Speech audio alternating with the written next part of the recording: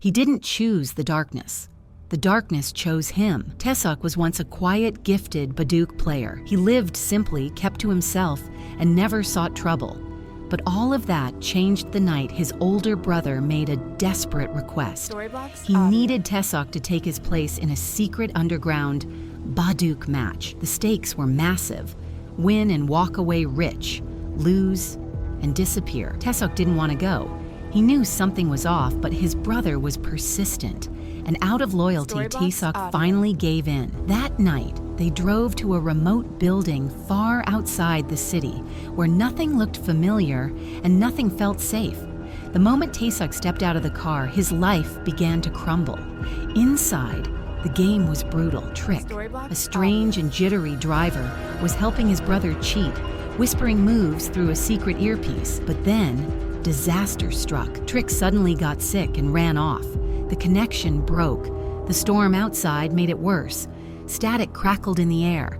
The cheating failed, and when his brother made the wrong move, the match ended in a humiliating loss. What came next wasn't just punishment, it was torture. Tesok was dragged into the hall by thugs. There, he saw his brother stripped, beaten and choking on counterfeit money. The gamblers had found the transmitter. They were furious. They forced him to eat the ghost stones. One of them even slammed the fake bills into his mouth before beating him nearly to death. And just when it seemed it couldn't get worse, the kingpin, Salu, made an offer. If Tesok could beat him in a game of Baduk, both he and his brother could walk free. Trembling, Tesok sat down and lost. Salu didn't hesitate. He stabbed Tesok's brother to death on the spot. Then he planted the bloody knife in Tesok's hands, framing him for the murder. And just like that, Tesok disappeared. The police didn't ask questions. They locked him away and forgot him. He spent 7 years in prison. That's over 56,000 hours. And most of those hours were in a punishment cell. No light, no visitors, no sound, just concrete walls and his thoughts. Time broke down. Minutes felt like hours. Days felt like weeks. But in that silence, something awakened. Tesok didn't break. He built himself. He sharpened his mind with one thing, Baduk, until one day, a strange note appeared on his food tray. It read, "Play with me." Then came a knock on the cell wall. Tesok scratched a game board into the stone and made his first move. Every day, Tesok played with this mysterious cellmate through the wall. But no matter how hard he tried, he lost every game. It drove him mad. He begged to know who the man was. One day, a note came back, "Find drinking Christ at Guancho." And just like that, the knocking stopped. That's when Tesok began to change. He trained, he watched, he listened. Inside prison, he made allies. He beat the prison boss in a match, earned the respect of an old master, and started learning how to fight. Day by day, punch by punch, game by game, Tesok transformed into something else. A ghost, a warrior, a genius forged in isolation. When he was finally released, Tesok returned home only to find his nephew being raised by their frail grandmother. His brother was gone. His name was Dirt, and the men who ruined him? Still out there. But Tesok didn't cry. He didn't scream. He made a plan. First, he hunted the thug who mocked his brother's death. He challenged him to a game, played the fool, and then delivered cold justice, flicking him so hard the man went blind. Then he found Trick, the old driver, desperate, cheating, but still alive. Tesok forgave him and invited him to help finish what they started. Together, they hunted down the blind master known only as Drinking Christ, a man who once ruled the underground with a mind sharper than steel. Even without sight, he could remember every move, every stone, every game. Tesok begged for training.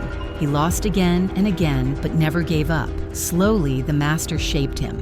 Then, they built a team. Trick, the blind master, and a one-armed carpenter who had once been a master player, before Salu ruined his life too. They moved in silence, infiltrated the clubs, posed as gamblers, planted bugs, forged documents, and watched every move. And then Tesok met the girl, Beeb, a genius Baduk player working for Salu. She didn't know who Tesok really was, but when they played, she noticed something. The way he moved, the way he thought. It reminded her of someone. As the plan unfolded, chaos erupted. Trick played reckless, drawing attention. The carpenter prepped high-tech tools. Tesok pretended to lose on purpose, watching, listening, waiting. And then the final game was set. Salu entered the room. Tesok was calm, focused. But Salu wasn't just cruel, he was paranoid. He stabbed his own men, tortured his players, even hammered Trick's hand into the board. That was his mistake. Tesok snapped. The quiet man who once begged for mercy now tore through Salu's gang like a storm. He locked one thug in a freezing cell with only a puzzle to escape. He bled his enemies dry mentally and physically. And then he challenged Salu. One final match. Winner lives, loser dies. But this match wasn't just about moves. It was war. Every stone was a memory, every block was a scar. In the end, Tesok didn't just win. He ended Salu with the same dagger that had taken his brother's life. Tesok drove the blade straight through Salu's hand, pinning it to the board like a final move no one could answer. Blood spilled across the stones as Salu howled in pain, but Tesok didn't blink. He stood over the man who had once ruled the underground like a god and looked down on him not with rage, but with silence. Justice wasn't served through the law. It wasn't handed out in court. It was carved, slow and exact, through 7 years of suffering, strategy, and survival. And then, without another word, Tesok walked away. He didn't look back. No headlines followed him. No camera crews or applause.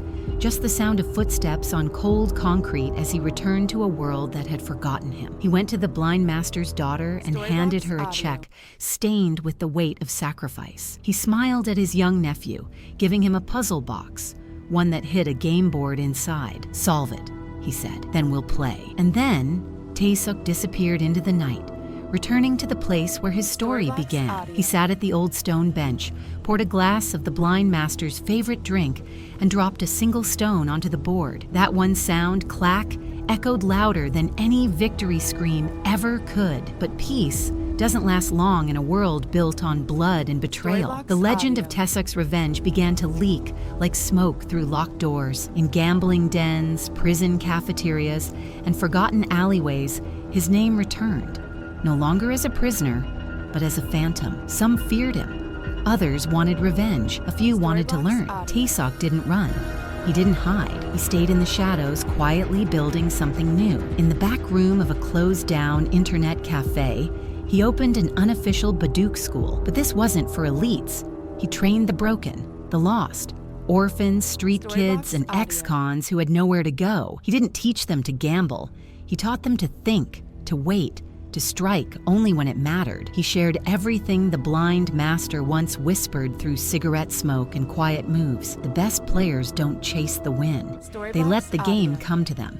Then, when the board is right, they end it with one stone. One rainy night in Guangzhou, just past midnight, Tesok was walking home alone. The streets were soaked in flickering neon and oil-slick reflections, the kind of night that hums with memory. And then he heard it. Knock, pause, knock, knock, pause, knock. Slow, then fast, then slow again. His blood turned cold. That rhythm, it was the rhythm from the wall, from the cell, from the man who taught him patience in silence. Tesok followed the sound, turning corners until he saw a figure in a long coat, sitting beneath a broken street lamp. The man lifted a flask and gave a crooked smile, revealing a chipped tooth and an old scar running above his brow. "I told you we'd meet again," the stranger said. Tesok walked over, heart pounding, and the two sat at a busted bench. No words, just movement. They scratched a fresh game board into the rotting wood between them and began to play. Rain fell around them like whispers. For the first time in years, Tesok smiled. It wasn't about revenge anymore. It wasn't about proving anything. It was about the game, the connection, the silence between moves. He had no need for money, no thirst for vengeance. That part of him was dead, left behind in the darkness of that cold prison cell. He'd already beaten death. He had nothing to prove. Now every match was a tribute, every move a memory. He played not for points, but for peace, for honor, for the ones he'd lost. The blind master, his brother, the carpenter. He remembered all of them through the rhythm of the game. His fingers didn't shake anymore. His eyes didn't dart. He moved with calm, knowing each stone was a lesson, each pattern part of him. And even though the world might never know his name, might never write it in books or honor it with awards, those who sat across from him, those who dared to challenge him, knew the truth. Tesok wasn't just the smartest man alive. He was the most dangerous one you'd never see coming.